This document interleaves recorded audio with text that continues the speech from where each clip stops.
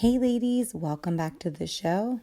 I'm your host, Trisha Stefankowitz, registered dietitian nutritionist. On our episode today, I wanted to talk about the 4 biggest mistakes that I see when we're trying to make any health-related change. Real quick, if you haven't grabbed my newest freebie, 5 simple things you can do today to keep yourself healthy for tomorrow, please go and grab it. It's really good. It is in the show notes. That's where you can find it. If you look at the show notes for this podcast episode, it will be there. Okay, now let's talk about the episode, which is 4 biggest mistakes we make when we're trying to make a health change. How many of us wake up and we decide that today is going to be the day? You have made a declaration that this is it. You're tired of whatever it is, insert whatever problem that you have, and you're tired of this and you want to make a change. And you have been desiring to make the change and you feel like you want to do better. And so you really want to make the change. You've made that declaration. And you may start this new behavior and you do it for a few days, right? And so then when you don't get the outcome that you want in just a few days, period, or maybe in a couple weeks, you start to get this overwhelming sense of despair that oh shit, maybe this isn't going to be the time that I do it. Maybe I'm going to be doing this again. Or maybe you think maybe I wasn't ready to take on this big change. And all of a sudden, you start to feel hopeless, and little by little, you stop doing the very behavior that you were so motivated by at the beginning, and you maybe even end up abandoning the goal altogether. So does that sound familiar to you? I think all of us can relate to that, right? So number one, when we talk about one of the most common health mistakes is giving up too easily. This idea that you want something so badly, but if you don't see the immediate consequences of your sacrifice or the behavior that you're working so hard to do, then you throw in the towel and give up. Does that sound like you? Or maybe you're not seeing the results fast enough. You're working really hard, and we live in this world of instant gratification. So if you don't see the results really quickly, then you think, I'm failing, and then you give up altogether. An example that I can think of when it comes to giving up easily is something that I know all women have felt at some point in your life.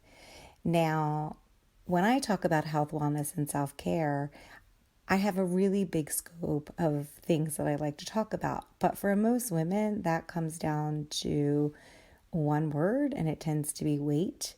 And so if I'm thinking of an example, I would think of a woman, any of you in your past, think of this, that you have been working really hard. You feel like you've been eating the way to support your goal. You've been exercising, and you are so hopeful because that scale is just going to tell you everything about what you weigh, all that hard work you've been doing, your worthiness, everything. And then you get on the scale and it says nothing, or maybe you've even gained weight. And that feeling of being so disappointed because that work, all that hard work, all that sacrifice that you've been doing hasn't paid off in the scale. Remember that feeling, how awful that feels? So all of a sudden, you're so hopeful, you're doing everything, and then with that one step on the scale, or really your 2 steps on the scale, all that disappointment and the hope that you had comes crashing down. And so that's what I mean about giving up too easily, right? That maybe you end up feeling like, somehow you weren't motivated enough, or that you've been trying so hard in it and it just didn't work. And so what I want you to start thinking about when we talk about giving up too easily is really start to think about some of the mindset that was happening during that time when you feel that way, or maybe it's even happening to you now. Because a lot of the times when we talk about the idea of self-transformation. I see this, and I feel like almost every podcast that there's these like before and after transformation pictures. But what I think would be more valuable for everybody out there would be to have a before and after mindset, like a before mindset, all the things that you're telling yourself. And then once you get to the goal that you've been trying to achieve, or a place that you're really comfortable with the goal that you want, having another like picture that shows where you're at with your mindset. Because I guarantee that's where you're going to see a really big difference. And so a lot of times with goals, I think the bigger the goal is, and they tend to be really big goals when it comes to health, wellness, and self-care, the more time it will take. So maybe that's something too, is that maybe we're not being realistic about the amount of time it's going to take to achieve the goal that we desire. So when we talk about this mindset that you may have been feeling when you haven't achieved this goal, maybe you are being really critical of yourself, or maybe you are telling yourself that you can't do it, or that you're unworthy, or that you don't desire to have that result. And so because you feel that way, or maybe you're afraid of failing, that you have failed before and you're just so petrified that you're going to fail again, that you don't even put that effort out there to try, or not as much effort as maybe you would have in the past. So it's really, the way to combat this is that you really start to think about the mindset part of it, right? That you are having some kind of a little bit more awareness, or you're in this place that you're starting to create a little bit more awareness of yourself, and being a little less critical of yourself, and challenging some of those pesky voices that are telling you that you can't do it, that you're not worthy, and that you don't deserve it. And I think this is the hardest part of all of these health, wellness, and self-care changes. I think that a lot of times we focus on this outer stuff, but it's really the inner work, and trying to really like figure out what we're doing and things that we think about ourselves. And that's where that change happens. I know in my own life, working with a therapist is somebody who that has been really helpful for me, because there's a lot of challenging some of the beliefs that I don't even know I have. And so it can be really mind-blowing when you start to see the way that you're talking to yourself, and when you say it out loud, what that sounds like. And so I suspect that maybe you're having some of those critical thoughts too.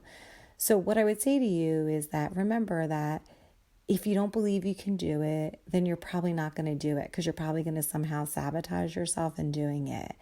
And so maybe starting with really small changes that you can build on. So that's another thing I feel like, and this isn't one of the 4, but in this way of stopping too easily, it's this idea that like, instead of having this really big goal that's going to take a really long time to achieve, starting with a smaller goal and then working on that. And then the more you work on that, so say you want to go and you want to walk, right? That's a goal of yours. Or you want to walk so many miles a day, or 10,000 steps a day. Well, most times, you're not going to just start out walking 10,000 steps, right? You're going to do a smaller challenge first. So maybe depending on your fitness level at starting, maybe you can only walk 1,000 miles, or maybe you're only walking 5,000 miles. But what happens is that you start with that small goal, and then you keep working on it. And then over time, you start to build on that goal. And then the more you achieve, the more you surprise yourself, the more confidence that you will have, and the likelier it is that you're going to do it. Because, I think that we all have this, we're just going to achieve it and it's going to be fast, but it might not be. If it's a really big goal, it's going to take some time. So the time is really necessary, because that time is going to give you the confidence, and it's also going to give you the space to be able to work on those habits that you're trying to create. And really knowing that you will fail as part of this process. You might have failed in the past, or, and maybe that's why you don't want to do it, but failing is what's going to help you. It's going to give you a lot of data. And it can tell you where you need to concentrate. So if you're really having like self-critical thoughts or negative thoughts that are overtaking you, then maybe that's a sign that you need to work with a professional to help you, to really help you get started and to challenge the things that are holding you back. So that's the first one, is this idea of that maybe you're giving up too easily, and what are some things you can do about it. The second is your lack of consistency. We only do the things that you are trying to achieve a few times a week. And so it ends up being really hard for you to see the results fast, or that you're seeing the results at all. This can be like, I'm thinking of an example, like I used to teach these weight loss classes, which I don't really believe in anymore. But back in the day when I would teach them, they were these like really low calorie diets, right? And so I had this woman, and she would be perfect during the week, and then on the weekend she would be just binging. And so she was so inconsistent. What I now know is that she was probably hungry, and she probably wasn't giving in to like, her hunger cues, which is why that was happening. I didn't know that then. But it can be with anything. It can be like with exercise. Maybe you're trying to do a new exercise program, but you do it one day a week. Well, to get the result, it's going to take longer, because you're going to have to do it for a longer period of time if you're just doing it one day a week, right? So it'll take some time to get what you want. And a lot of times as humans, we don't want to wait that time. We don't want the results to take a long time. We want it to be fast, right? So that lack of consistency will make it really hard for you to achieve the goal quickly, or maybe to achieve the goal at all. And so we know that having consistency allows you to measure your goal. It allows you to see like how far you've come. The more consistent you are, the more you're going to know like, oh gosh, yesterday I only walked this many steps, and today I can do a little bit more. It allows you to just keep moving forward, as opposed to starting all over again at the beginning. Because we all know how that goes, right? When you're starting over again, it's not just the process of starting over again, it's the whole goddamn mindset that comes with starting over again. Because it comes in so many layers. It comes in, I can't believe I failed. And then that's a process. And then going back to the beginning of like, I can't believe I have to start it again. And then the actual process of starting it again.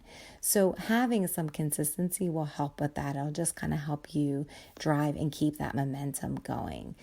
Because again, motivation doesn't really exist. It exists at the beginning, but the way that we keep moving forward is that it's being consistent no matter what, because you're not going to feel like doing it. It's just a myth that you're going to feel like you want to get off the couch and walk 5 miles or 2 miles. You're not going to want to do it. And so part of that is knowing that that is completely normal, but it's just getting in this mindset that that's just what you do. And that's the goal that you made to yourself, and that's your commitment. And sometimes I think what helps with this and being consistent is really knowing the why of why you want to achieve this goal. This is really important, because this is what's going to help keep you on top of yourself when it gets really difficult, because it will. And so when you kind of dig into like why you want this and really start thinking about it, it'll give you more clarity about the things you want to achieve. And I think it holds on to like, okay, this is what I want. This is why I want it. And so when you're really having a hard time getting out of bed in the morning, you're going to be like, okay, this is what I want. And it's just like a reminder, essentially.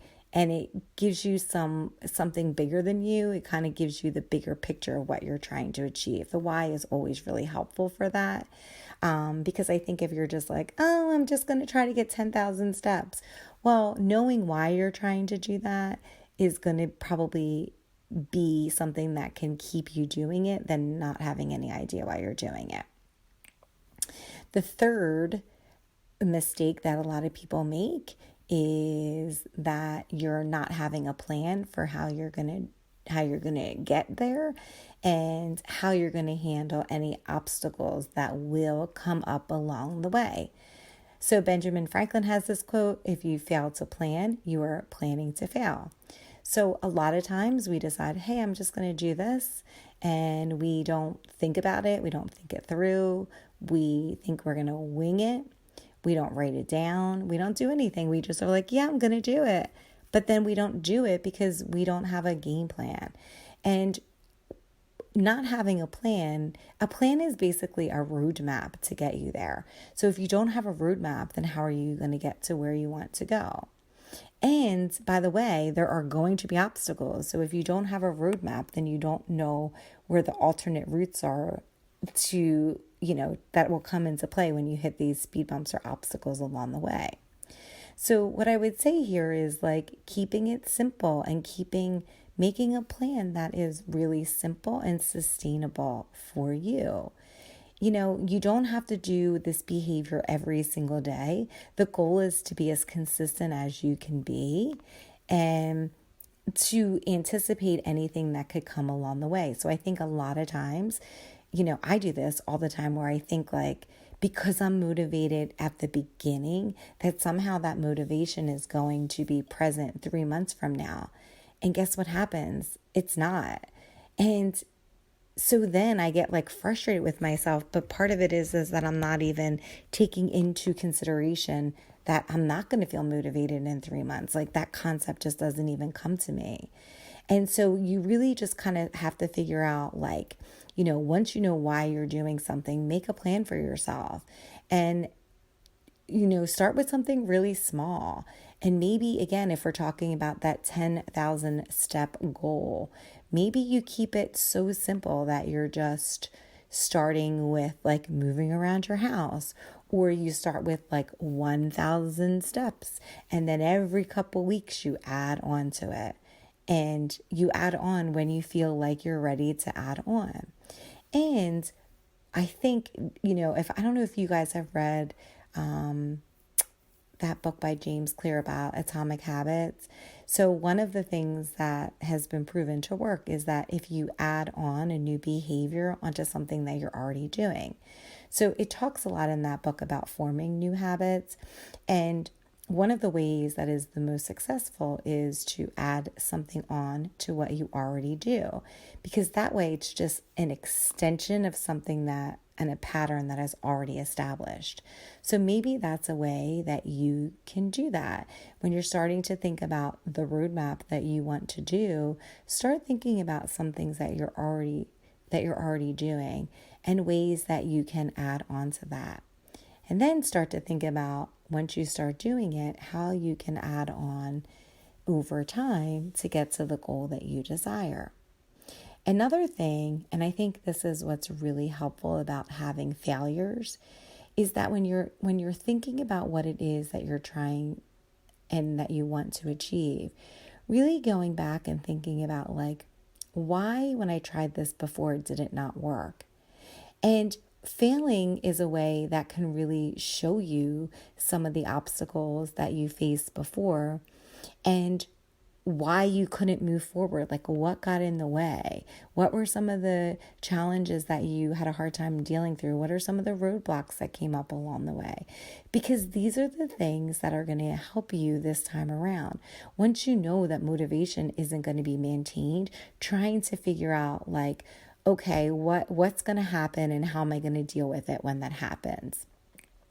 A way to, a way that I'm thinking of too is like, if you are somebody who you really want to exercise, but say you, once you get home, that couch is like calling you, or you have to make dinner for your kids, trying to figure out a way that you can prevent that from happening. So if you know that that's something about yourself, instead of beating yourself up and being like, oh, I'm so lazy, I'm so unmotivated, maybe you help yourself out and build a new behavior in the sense that you maybe, put on your sneakers before you leave work and maybe leave work 5 minutes early and then walk around, wherever you pick up your kids, or take a walk like around a track for, a couple laps before you pick up your kids, right? Just a way day that you can like do something that's adding some value to your life, that can show you that you can do it, and that doesn't make you feel like that you can't do it, right? And so that's kind of the things that I'm thinking about, is just kind of have like a game plan, and then have a game plan for what to do when things get hard. Another example I'm thinking is like, if you're somebody who is outside all the time, but then if you live somewhere where it is, has cold weather, well, you're going to have to think of ways that you can do something inside and something outside, right? So like the outside is your preference, you want to be in nature, but then having an alternative to days when you can't go outside and you can't do that activity. So it's kind of something like that, like you have what you want to do, and having an alternative to help you out on the days that that's just not possible, because there are going to be days, because life gets in the way and it's not perfect. And so maybe there's a way that you, instead of giving up completely, you're able to just modify it that particular day so that you can achieve the goal that you are really trying to work on.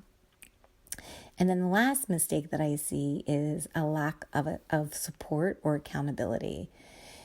And so I think this is a really big one. I know for myself, I always try to go at things alone. I don't want to tell anybody. I just want to do my own thing. But I can tell you from experience, it doesn't work.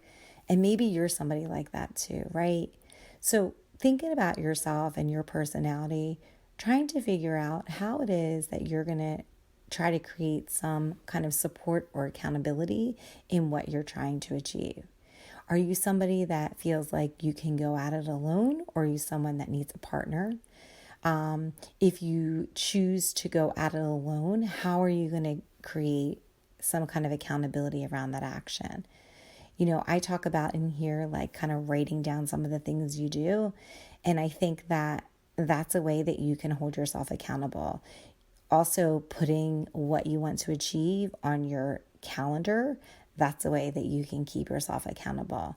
If you're somebody who does better with a partner, then I would say, having somebody that's going through it with you, that can support you, not enable any behaviors not to do it, but like that can support you through it, and then having them do it with you. When you're doing something with your spouse or a close friend or relative, you're going to be more committed to probably doing it. So trying to seek out if there's anybody in your life that you can make this health change with. Another thing I think is like trying to figure out like, are you somebody who like you need to not exercise in your house, that you need to go to a gym? And then if you have a really hard time going to the gym, how do you schedule that, right? How do you schedule that without not going? I have a friend who just started working out. She has never done this in her life, and she hates the gym. She's scared of it. She wants me to do a podcast episode about that, which I can if there's interest. And she started going to the gym, and she doesn't like it, but she does it because she's trying to do something different. So what she does is she pays a trainer because she knows that she'll be too scared and that there will be too many things in the day that can get in the way. But a lot of times we know the research shows that if you're paying someone for a service, you're going to be more likely to show up. So that's what she does. She pays a trainer, and the trainer really helps her. It helps her when she doesn't feel like doing it. It helps her learn things that she never thought that she'd be able to do. And it gives her a lot of confidence to be in that gym space. So it acts in multiple ways for her. But I'll tell you one thing, she feels really good, and she feels really proud of herself, when she leaves there, because she's being accountable and she's following through. So she's being accountable to herself, what her goals are. And then she's also being accountable to somebody else that's expecting her to be there. And so over time, that's been giving her more and more confidence in what she's doing, and it's getting her closer to the goals that she's trying to achieve. And it doesn't even have to be like a trainer. Like maybe you decide that you're going to go for a walk every day and you're going to meet your friend, or maybe you work with a coworker and you guys both make healthy foods because maybe your goal is to not eat out. So you decide that, okay, on Wednesdays we're going to bag our lunch, but you have that support.